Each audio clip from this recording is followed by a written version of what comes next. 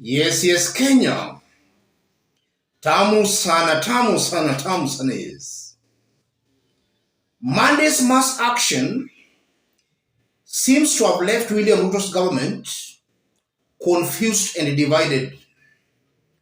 From some credible information, members of parliament from college in Rift Valley are not happy with Rigathi Gachagua, for they see Rigathi Gachagua as somebody soiling William Ruto's image more so internationally. So they are not happy with Rigathi Gachagua. Though that's going to be a discussion in our next analysis, because it might also be possible that these members of parliament are just hypocrites, or they have tried advising William Ruto, but William Ruto is not just advisable. And I'm saying that because what happened yesterday, it's almost very clear and certain Ruto was well briefed, and he might have sanctioned the kind of police brutalities and the wrongness by the police that was witnessed yesterday. So the members of parliament might have advised him, but he's not just advisable, or they might just be hypocrites. That aside, in this video, I want us to have a look at a story that has been captured by one of Kenya's mainstream media today. On Tuesday, Interior Cabinet Secretary, who had been missing from earlier meetings held between police commanders and Deputy President Rigathi Gachagua, said there is a need to stop the chaos being witnessed.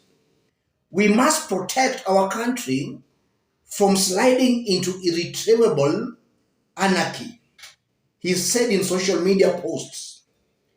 Insider said he was not happy with the manner in which some things were handled in the Monday protests. If you go through that story, it's coming out very clearly that Kindiki is not reading from the same page with the Rigathi Gachagua.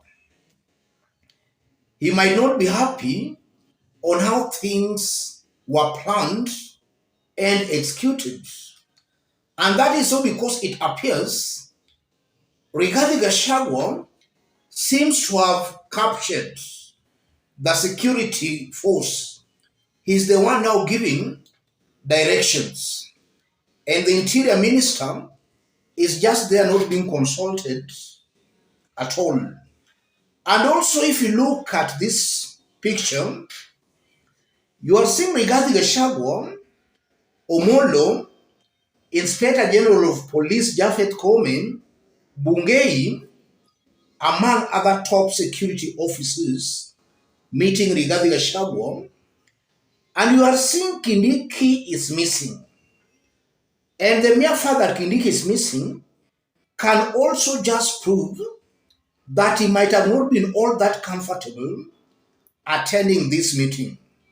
And if you look, you tie the dots with his absence here and what he posted, then you are seeing clearly there is a very big problem in William Ruto's government. And this photo again, we are being told that Rigathi is very desperate for this photo to be deleted online. He's really trying all he can to make sure that this photo is not available online. But already, Kenyans have saved this photo, and Rigathi is just maybe wasting time. In this video, I want us to dig deep into that story for Kenyans to understand what's going on behind the scenes. If you are watching us, but you have not yet subscribed, subscribe, give this video a like. Yes. Let me start by saying this.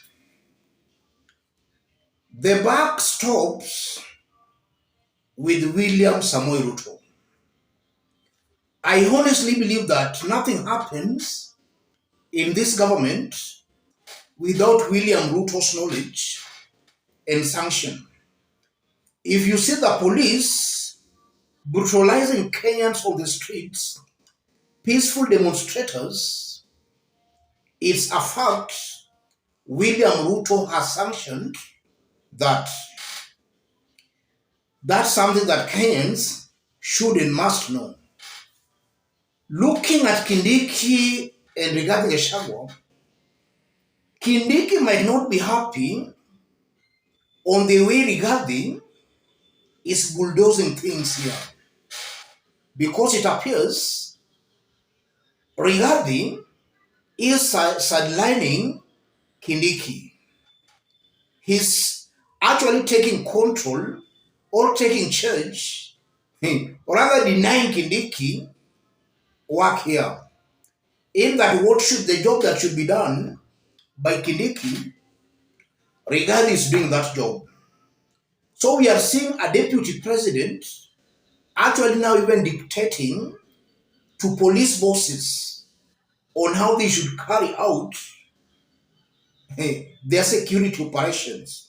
While we all know that the police should be independent under Inspector General of Police here, it appears Rigathi is bulldozing all that and taking charge and giving directions here. And I'm saying that because yesterday, ODM's Director of Communication, Philip Etale, leaked to the whole country that Rigathi Gachagua had ordered some top police bosses to arrest Raila Odinga. That was yesterday. All that failed, and from other quarters, we are being told that that order was ignored by the top police bosses. So you're just seeing the kind of confusion in Ruto's government. There is no order.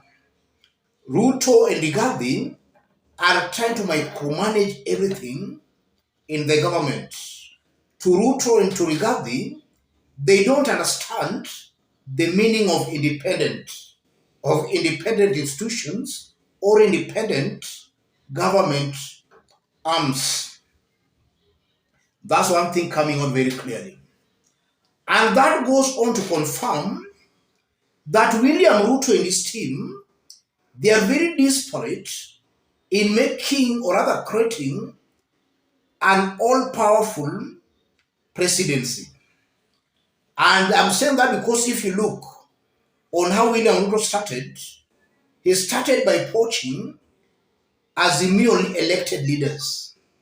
And their message is that they're joining them, or these leaders are joining them for development. And they are succeeding in cheating some Kenyans that the leaders being poached to join them are joining them for development. There is nothing like development here. Ruto is very desperate to be an all-powerful president so that he can dictate and oppress Kenyans and nobody will hold him accountable. That's exactly what is happening. So Parliament is already captured. These so-called independent government institutions, these ones have also been muzzled, and even the judiciary. We are seeing the apex court is being seen to be in bed with the executive. In fact, the lower courts are performing far much better than the apex court. All this confirms one thing: William Ruto is very desperate to create a very strong presidency. And I also saw some church leaders and this NCIC calling upon Azimio to stop their mass action. I strongly believe that these bodies are the true enemies of the people.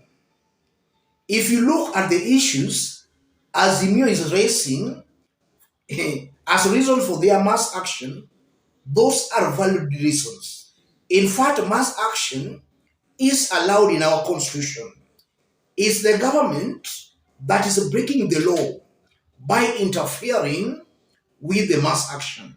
So instead of these church leaders, instead of this NCIC, this integration body, telling Azimio to stop their mass action, they should instead tell the government to obey the law. Mass action is allowed. They should also tell the government to open the servers. Those are the issues causing all these problems we are witnessing in Kenya.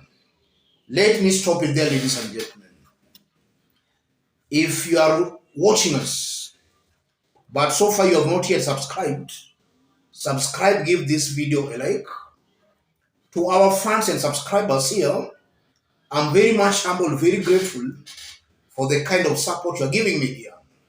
Any other person who wants to support us, I've pinned my number on the comment section. Let's meet in our next analysis.